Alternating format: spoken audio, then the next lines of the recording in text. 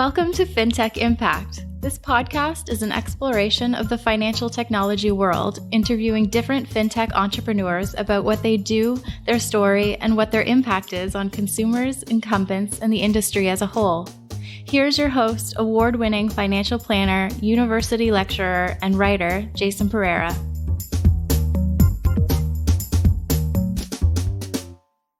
Welcome to Fintech Impact. I'm your host, Jason Pereira. Today on the show, instead of interviewing someone, I have a recording of my presentation at the Wealth Professional Summit on Leadership and Technology in Toronto that happened on May 30th. This was a presentation where I basically went through a number of tech tools that are of use to financial planners and advisors, and hopefully you will find this of use and may find some new vendors to deal with. And with that, here is my recording. The most important thing she said, of course, is I am the guy standing between you and lunch. Okay, so I will try to wrap this up at an appropriate amount of time. So today we're going to talk about, like it says on the slide, technology tools for practice management and efficiency. Basically, I'm a bit of a technophile, and wherever possible, whenever I feel pain in my practice, I think there's got to be a better way. And in this world, luckily enough, there is. So we're going to talk about a number of things. The key 3 points I'm going to hit upon are, I'm going to talk very briefly about one innovative trend that is happening that is enabling a lot of what I'm going to be talking about. Then I'm going to talk about a number of tools. This is kind of a shopping list for anyone looking to improve their practice and how they're all going to tie into it together. And then at the end, I'm going to talk about our industry and the need for change very briefly. So one of the big trends that's going on in technology, and one of the things that is enabling us to work more productively is something called Application Programming Interface. Even I have issues with it, but an API. And what this is that if you envision any technological platform online that basically allows two computers or two different things to connect to each other, they're doing it through an API. So an API is kind of like a rule book or a language book for how do you access this information, say, in Facebook or in Google or whatever it is. And Facebook and Google basically want to talk to each other. They can, but someone's got to write a piece of code in the middle to make it go from talking Facebook language to Google language. So think of it as a translator from French to German. And the great thing about this is it's connecting us in all kinds of ways because any online vendor can easily create an API. And that API, again, is the rule book for how do I access this specific information in your database. So in our industry, one of the things that drives us all insane is the need to re-enter the same information over and over and over again. Financial planning software, CRM, applications, you name it. This has the promise of finally limiting the double entry problem, as many other things. So, in fact, this is so common. There's a company that just does nothing but create these kind of translational languages between different APIs. The company's name is Zapier, as you see up there. I'm never sure if it's Zapier or Zapier or whatever. And you can see that they had the witty name is very witty because API is the 3 letters in the middle. But they literally put up thousands of these things. If you ever visit their website, you select whatever it is you want, whether it be your accounting software, Xero, for example, and they will list for you an endless number of integrations that they have created. So simple examples in everyday life are someone tags you on a Facebook picture. That automatically can download to your Google Photos library. You don't have to do anything. So your friends take a picture of you. You don't remember that they did, but the second you've been tagged, you've got a record of it in your files for life. And the combinations are pretty much limitless. So I'm going to take you through a series of technology tools for improving practice through kind of a loose hypothetical client engagement process, at least how we started off. So let's say that your client starts off trying to find you, right? So they find you in any number of ways. How do they do that? Well, they can find you online through organic search. Good luck there because it's a crowded space. You could pay for ads through Google, which you set the price point, you make that budget whatever you want. You can basically operate on social media, Facebook, Twitter, LinkedIn, God knows, there's like 30 of them now. But the point is that managing that can also be daunting. One tool that exists, and is actually Toronto-based, is a company called Hootsuite. I think they start off at a price point of less than $20 per month. But what they let you do is let you aggregate all that information into one place. And then instead of spending every day, reminding yourself every couple hours to click, post something else, posting up, you can literally segment part of your time during the week and create an entire narrative or stories or series of posts that are timed to go off in the future. Also, some of these services out there will actually feed content to you that might be appropriate for your media, for your marketing. So you can pretty much more or less set it and forget it. Or if you're like me and you want to talk a lot and interview people, you can create your own podcast. And people are like, wow, what are you spending on that? Well, this is nuts. I'm spending about $300 to $400 a month for 4 episodes. Less than $100 per episode. Why? Because I've outsourced it to a company who will literally do all the back-end production and send back the file done, including show notes. We post it on a service to host it, $10 a month, right? Not difficult. What's difficult is getting people to listen. So everybody's going to listen, okay? We'll get to that. So once they find you, regardless of where they find you, they go to one place, and that's your website. And I'm sorry, anyone who doesn't have a good-looking website these days, you're asking for trouble. Because the reality is that there's a bunch of things in marketing that are just checkboxes. Being on social media is one of them. Having a website that looks like it wasn't built in 1984, before the web existed. I don't know how that's possible, but whatever. That's another one, okay? So complicated, right? People are intimidated by the concept of having to create their own website. You don't have to be. If you haven't heard of Squarespace, they're the company that I use for my site, which, by the way, if you go pull up woodgate.com, I think you'll agree it's pretty much stunning. And that was done with a template. And all you need to know how to do is literally drag and drop and type into Word. That is how difficult it is. We change staff, we want to add content, log in, type in, done, published. Very, very simple. For as little as literally $10 a month American. By the way, nothing I'm going to tell you about is going to break the bank except for one thing, but we'll talk about that in a second. So from there, let's say the client likes what they see, the prospect likes what they see, and they want to book a time with us, right? Well, interesting story. Talking to my associate who handles all of our scheduling, because there's 3 planners in the office, she said about 60% of her time was being spent booking meetings and following up and doing all that. To which the second I heard that number, I'm like, okay, we're done. That's never happening again. And what we've done is we've embedded, and this is going to be embedded in our site shortly, we've set up for something called ScheduleOnce. There's different calendar systems out there, Calendarly, ScheduleOnce, and about just Google's calendar system. You'll find plenty of them. But what this does is allows people to see my calendar, book a time that's appropriate for them, and go ahead and put in their personal information, their email address, their name, what it is they want to talk to me about, book by, depending on what kind of meeting it is, a quick phone call or an actual planning meeting, and shows up on my calendar, I approve it, done. All the follow-ups are done to them by email or by text. And if they do it by text, the actual rate of them showing up or remembering it actually exists goes through the roof as well. So now that they're booked in, we're going to have a meeting with them. But before we do that, we collect their information. So where does it go? It should go to the one place where all our information be stored, which is your CRM. So the big 800-pound gorilla in CRM is, of course, Salesforce.com. Not cheap, but if you use it right, completely worth it. And for those of you who aren't familiar with it, Salesforce is really not even a CRM. They're a huge data platform. CRM is one kind of extension of what they do. And what they've really done recently is they've gone well beyond what they were before with something called Financial Services Cloud.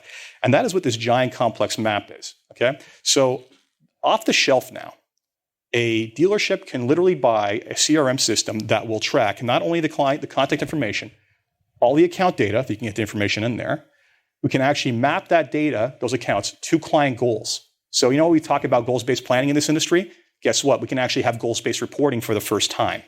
We can do data mining for assets and liability. We can aggregate their assets and liabilities from their bank accounts. And whenever you use Mint.com, same basic principle. You can have it go all in one place. We can data mine for clients holding certain assets, not holding certain assets.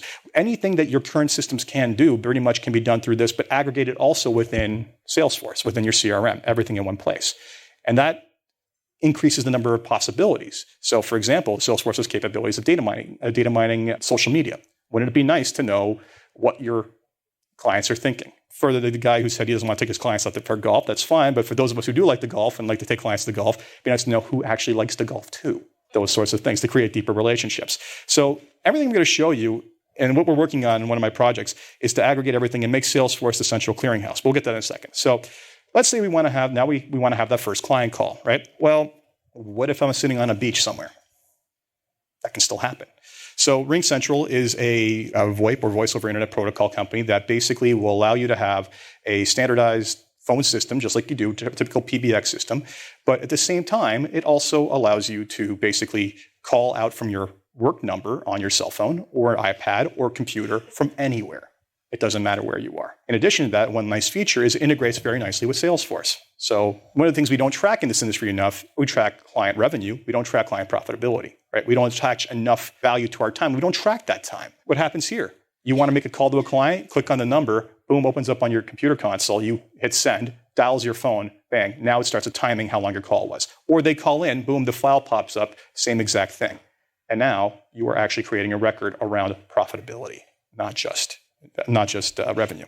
From there, let's say they want to actually have a meeting with us. I'll stop copying that. And unfortunately, Alex Martin last session kind of stole some of the thunder on this. But one of the most impressive things one of the things that impresses clients the most when they come into our offices is a very simple deployment of technology. When we do a presentation, what we'll do is something similar to this setup. We'll have a big screen behind us. I will have an iPad in front of me with the speaker's notes for the presentation. It will be beaming all that to a Apple TV, which is pumping all that information to the big screen TV. And in my hand, I will have either my iPhone or an iPod. And that will act as my clicker. Not just my clicker, but also the show notes show up there. The number of times where I've had clients like, wait a second, you remembered all this stuff? Like I'm like rhyming off what they have in assets and whatever else it is. And they're like, that's not on the screen. How are you doing all this? No, it's right here. And the number of times that simple implementation impresses them, it's hilarious. But it also sends a message that, hey, you're not the other guy who's basically showing them the same standard company fold out for here's the 5 portfolios I'm going to put you in, right? It shows that, you know what, you are at least forward thinking. You at least are adopting technology into your practice. And that's something no one wants to be working with the dinosaur. I'm sorry, they're not, because they know the meteor's going to hit. So let's say they can't come in, right? Remote meetings, very easy these days. We typically use Google Meet, which is their new conference device, but the 800-pound gorilla, the faster growing gorilla in this space is Zoom. And this is great because it allows you to basically meet with people remotely from anywhere. Funny story, when we implemented the calendaring system for meetings, we had various options, in person at our office, and virtual is another one. And we figured, okay, great. So now people have that option. We figured a lot of the out-of-town clients would want to use that. The in-town clients use it even more than I thought they would. Why is that? Well, who wants to deal with traffic in Toronto was the first thing. But the second thing is that they're becoming used to it. Across all age brackets, demographics, you name it. You know what? It's much more convenient to just sit in your pajamas at home and have a conference call with your financial planner. So once we have the clients decide they want to work with us, we actually send them 4 different pieces of information, or 4 different systems, or 4 different things, let's call it that.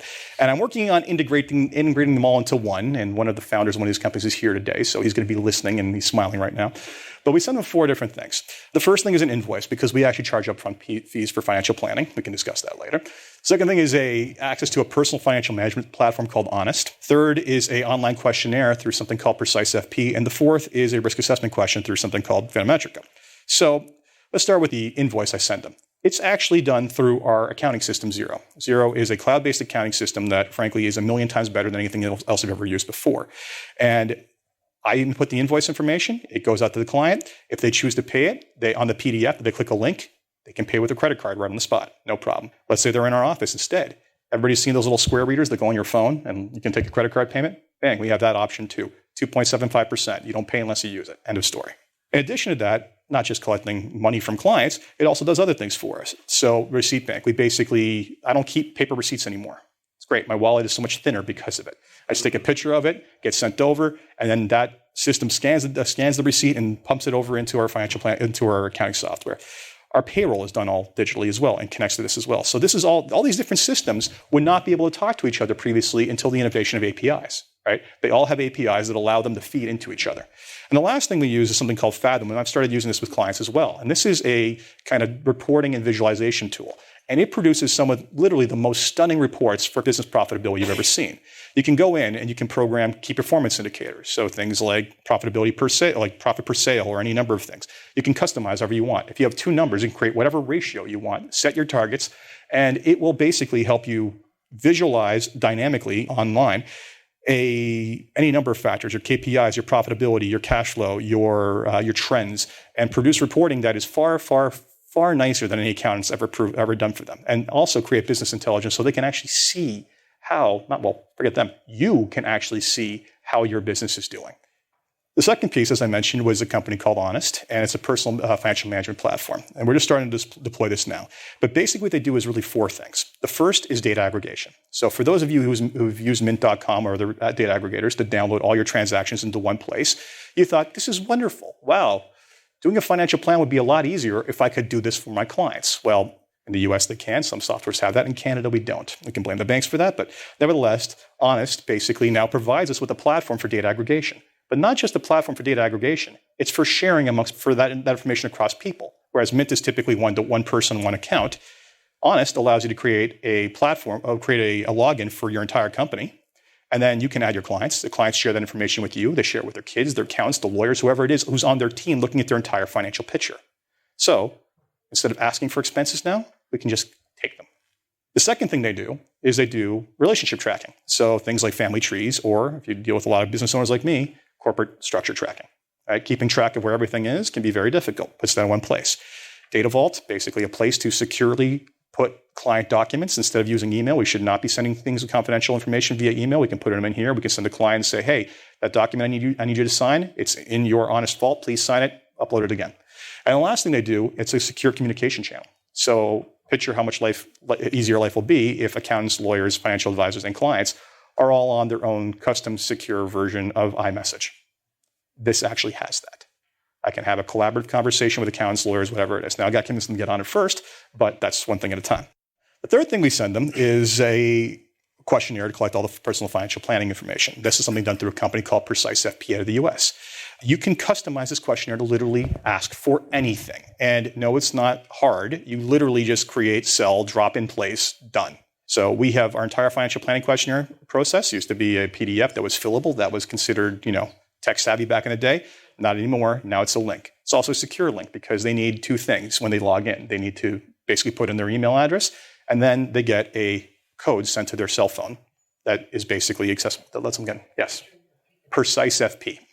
And the last thing we do is a risk tolerance questionnaire. And the risk tolerance questionnaire, yes, everybody's got one. You can get one from every mutual fund company, bank, whatever it is. But the reality is, who created those in most cases? Typically the marketing department, and I wouldn't put any stock in them being any good whatsoever. There's only two we're talking about that I know of in this world, and Finametric is one of them. They have been around for almost 20 years now, but the reality is that the client gets a list of questions that have been tested academically and actually rigorously tested by over 1 million different testers. And essentially, they come back with a really secure, really solid risk profile. So in terms of a KYC piece of information or security around any kind of question regarding risk tolerance, this is as bulletproof as you're ever going to get. You put all those together, and we have everything we need to do to put together a financial plan. And the goal is to create this giant mess you see on the screen. But essentially, what you see here is a number of vendors that I am using or a number of data points that I'm getting it from. And I want everything pumping, maybe talking to each other, but more so, all clearing through Salesforce. Ideally, the vision would be to have Honest basically be the front-end portal for all that. Now, many people will say, well, that's okay, but I kind of want them to have my branded site and all that. Here's the reality. The global trend in data management is towards something called personal data lockers. You look at what's happened with GDPR in the EU altogether. And the reality is data rights are one of the biggest contentious issues in the world right now. What I love about this one product is the simple fact that if the client chooses to leave me, all the data is still there. That's the way it should be. That's the way I would want to be treated as a customer. I still have everything else in the back end, but there it is. So all the stuff that I use to basically input information with, including my email and spreadsheets and document management systems, I'll go in there, can hopefully pump down to the financial planning software, results pumping right back up. And remember what I said about goals-based reporting for once? Well, guess what? That is in hopefully the very near future. Now, one thing that was in there, if people caught, there's a little CRA logo down there. Okay, so this is where I'm going to plug myself. Pardon me, no, that's a terrible term. So we're going to plug. So we're going to plug my company. So essentially, the announcement mentioned two tech companies. And the first one, my partner Alex here is one of the other partners there, is something called Finally Technology, which we recently launched. And instead of sitting around waiting for other people to build this stuff, we decided we got to do it ourselves.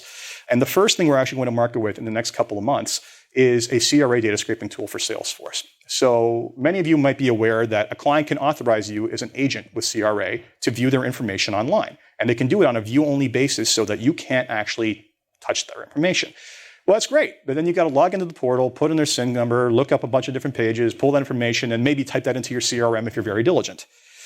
With our first product, what's going to happen is that essentially you go to the client in Salesforce, click refresh CRA, 30 seconds later, RSP room, are they overcontributed and stuff they haven't claimed, TFSA room, how many other data points we pulled? We pulled the notice of assessment data, basically anything that you would need in managing your investment portfolio, there it is.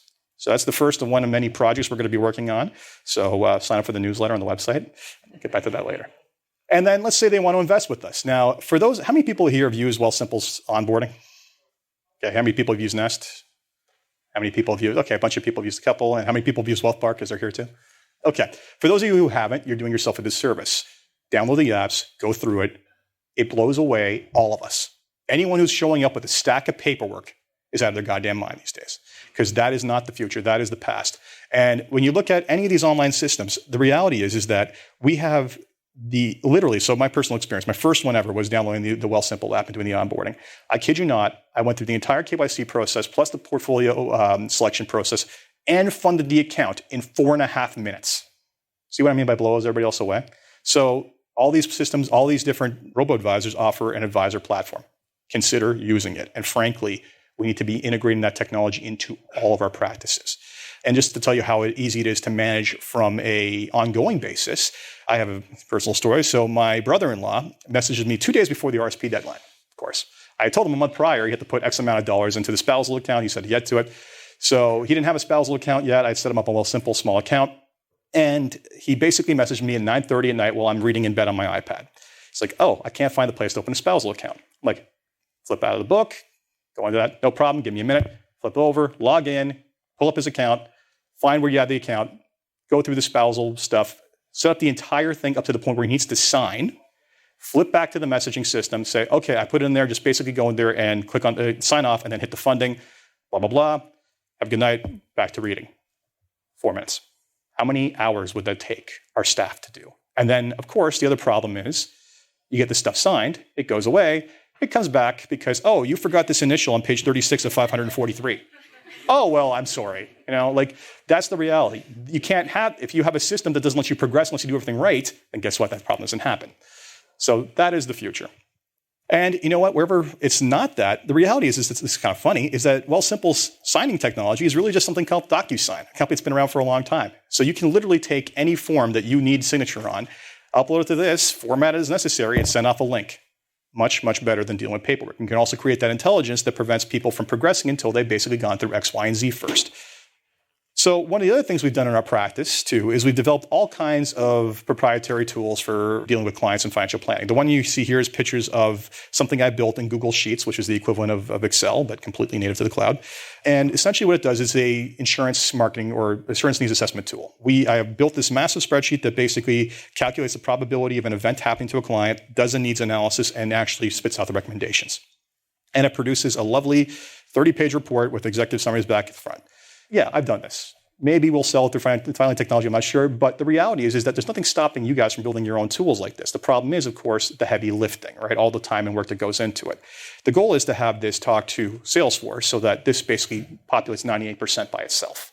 And that sort of thing is doable, right? Having your CRM spit out information to your spreadsheet software is something that is completely doable under the current regime of technology. It's a matter of just connecting the dots. And then from there, thank God, the insurance industries are finally moving out of the 1960s where they usually live, and they now have insurance application software where you can actually apply online, not have to use wedding signatures. The world is there. And frankly, if they're not all using that, they need to. And it would be nice if they all just accepted a unified platform, but that's a dream. I heard a lot of laughter. So then on the insurance side too, tracking is a major issue. Data aggregation for insurance, unfortunately, does not exist. There was a company a couple years ago called Invoice Pro that was doing that, but then they got bought out and made proprietary. But there's another one called Life Design Analysis. They originally started off as a way to basically boost your insurance sales by putting the ugly information you get from the old software into something much prettier, much more dynamic. But they've since moved into being able to track your software. So you can track your insurance. So you can basically get spreadsheet printouts from the insurance companies, put them in one place, and essentially be able to see all your policies for clients in one place. Also, it will data mine for opportunities or things that are happening, renewals, conversions, things like that, and spit up that opportunity as well as give you the ability to create a lovely presentation. And best part, we can then eventually tie this into Salesforce and again, have a true profile of everything a client's doing with us. And there's communication. Let's say we need to stay in touch with clients, of course, right? Well, how do we do that? Newsletters is a traditional way. So MailChimp, the first one you see there, they will let you do something like email almost 2,000 people to 12,000 emails for free on a monthly basis. Free. And it looks fantastic. SurveyMonkey, same basic thing, just a different primate. But essentially what it does is that it basically does surveys with 10 questions, right? So you can get feedback continuously from your clients, right? And that information can also, yes, be integrated into Salesforce, spit out. You can have a record of every newsletter they basically went into. Did they click into it? Did they actually read the thing, right? Did they reply to the survey? Yes or no? Were they satisfied with you? Yes or no? All sorts of things. So those are tools for managing clients and efficiency. And yeah, there's a lot of them. We'll get through implementation later. But I want to talk about some of the tools that we utilize for managing our own team. Because as we know, we're not only managing clients, we manage everyone we work with. So First of all, I take security incredibly seriously, like very, very seriously, because frankly, how many days go by without hearing about some sort of massive hack? Anyone here a client of BMO or Simply Financial? All right, so yeah, we're all going to reset all our passwords now. And with that, basically, there's two things we utilize. The first is a password management system called LastPass. So this is a third-party independent software that aggregates across all platforms. And what it does is you basically memorize one long password to get into your password vault. One, to make it complicated, do not make it password 123, because you're asking for trouble if you do.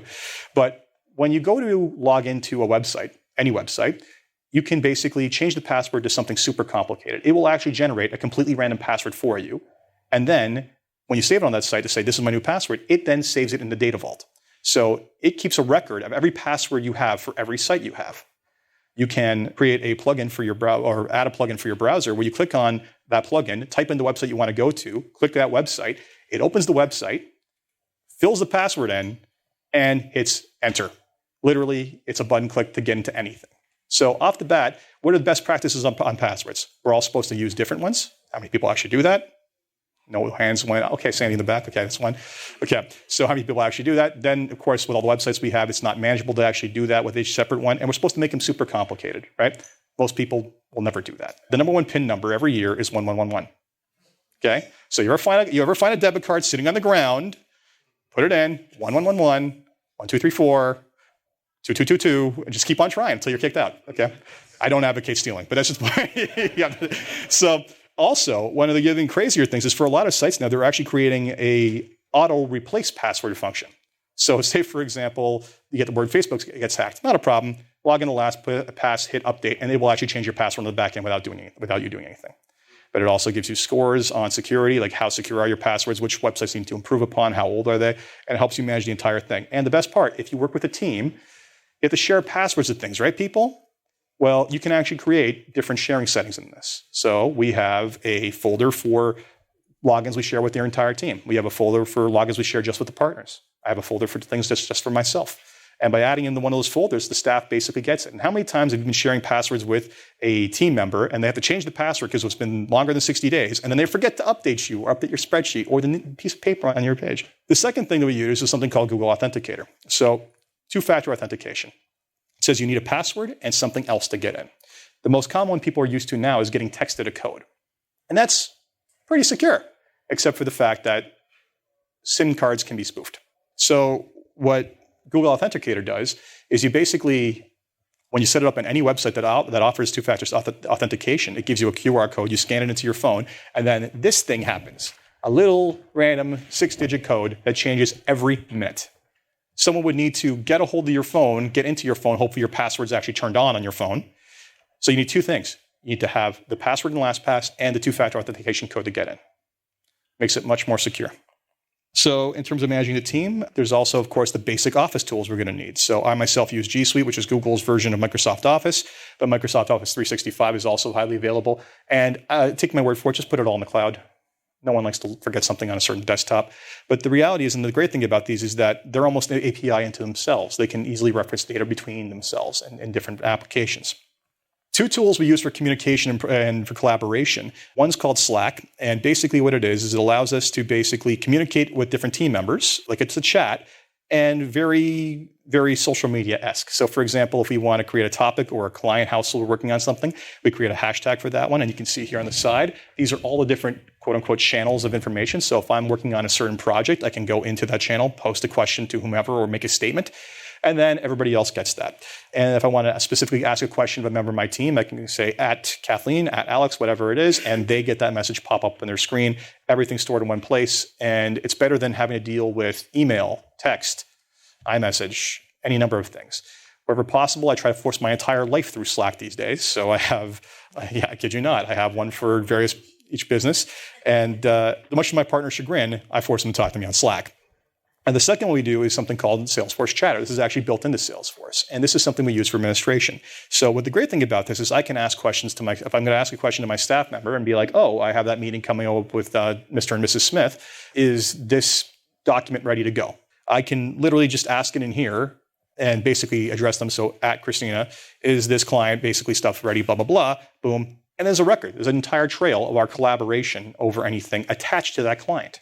So if I forget, as I'm prone to forget, if I asked that question 3 weeks ago, I can go back to here and not bother my staff member anymore.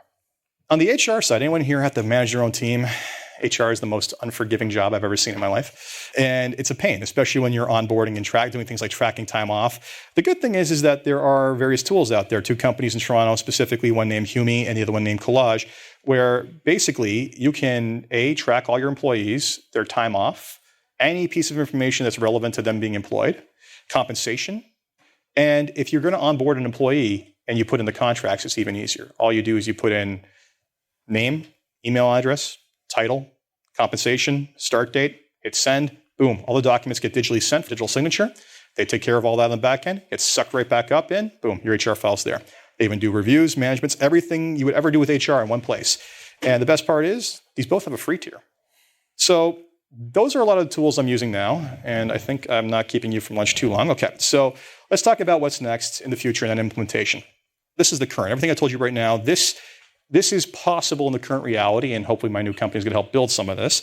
But let's talk about what's happening in the future. So Salesforce is one example I'm going to use. And the 2 little icons you see on the side, the first one is IBM's Watson, famously known for beating Ken Jennings at Jeopardy. So that's their artificial intelligence platform.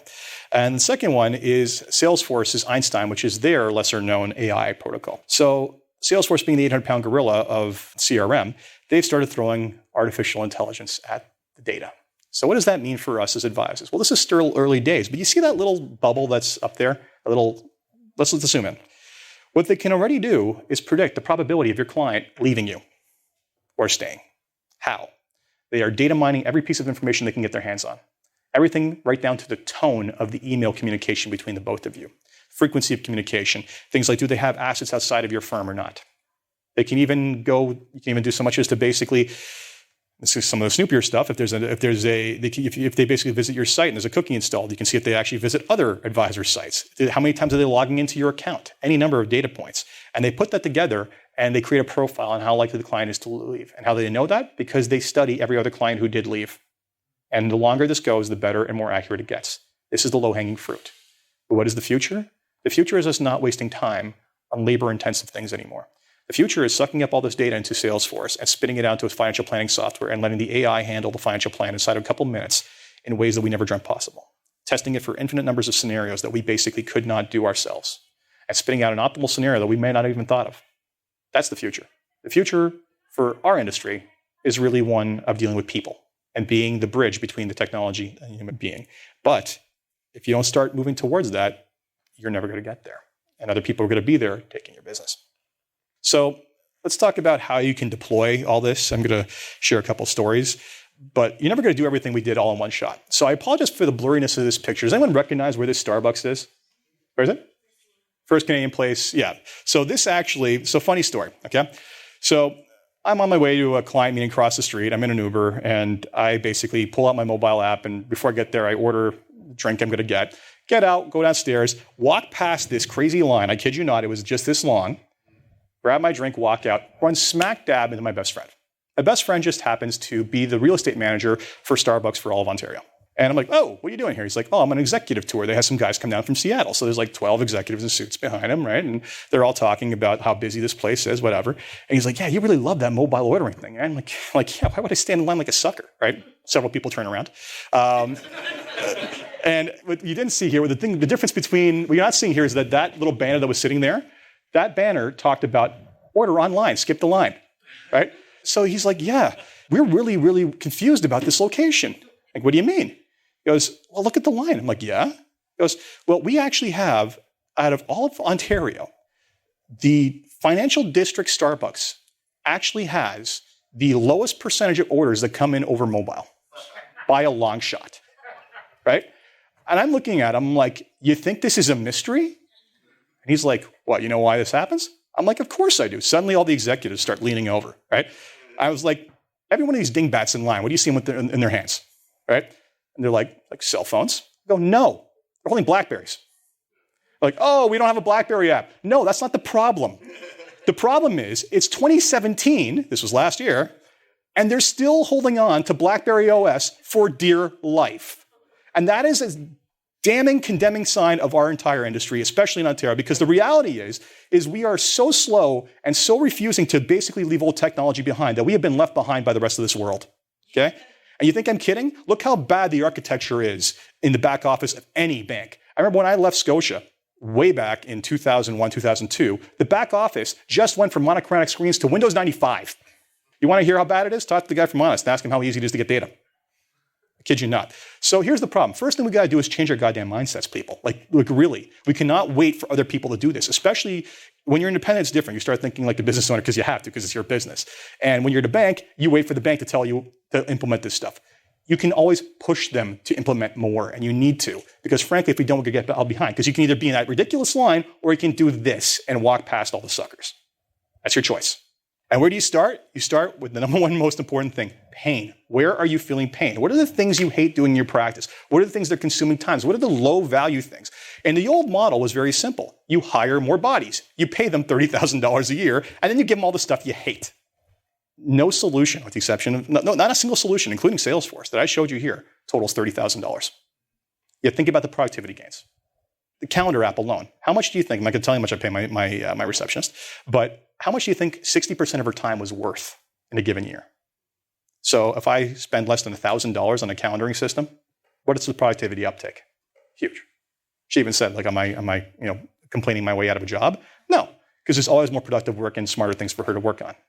So the reality is that all these things that we just accept and grit our teeth at or pass off to somebody else to let them hate the job too, that's not a solution anymore, people. Because the reality is that technology, whereas it used to be this giant monolithic, super expensive thing, has now come down to the point where with a credit card, you can get a super productive, efficient tool for less than $10 a month in many cases.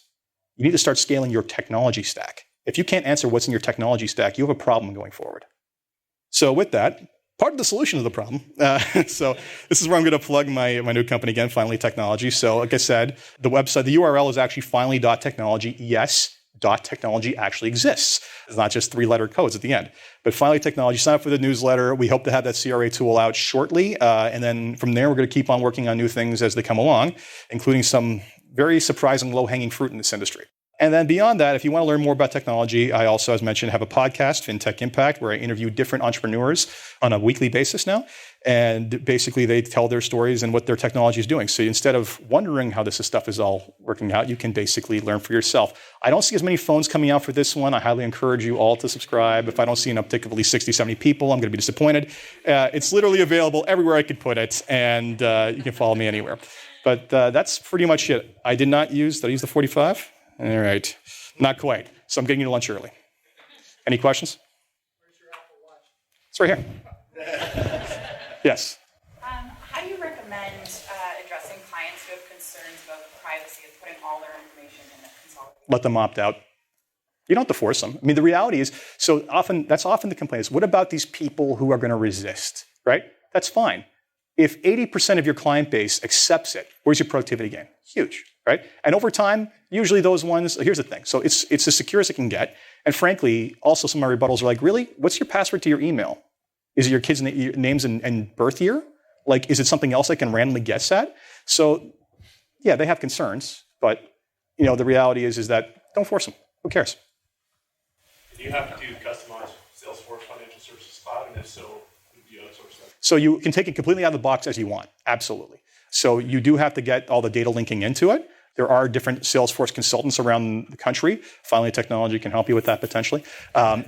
Yeah, my company will be able to. We've seen it before. We've done it before. Here's the thing. So level customization, it can literally be whatever you want, or it can be off the shelf, right? But most practices are going to need to customize a number of things to make sure it fits their model.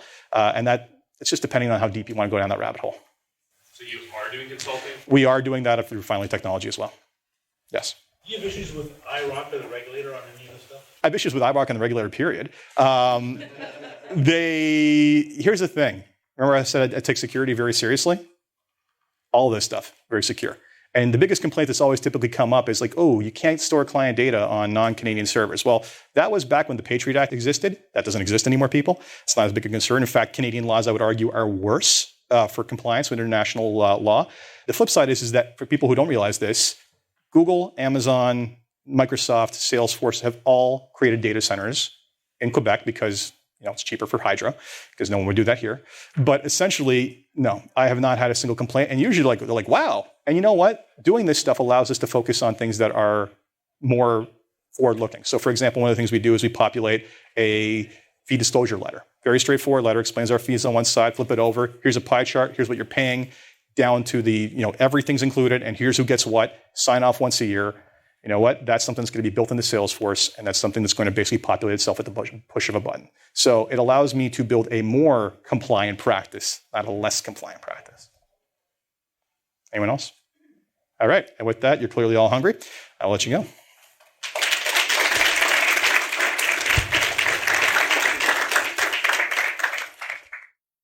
And that was my presentation at the Wealth Professional Summit. Unfortunately, without the slide deck, it's a little bit harder to understand, but nevertheless, I will link that in the show notes. And if you like that one or the other podcasts I have done, please leave a review on iTunes, Stitcher, or wherever it is you get your podcasts. And once again, thank you for joining me. I'm Jason Pereira. Until next time.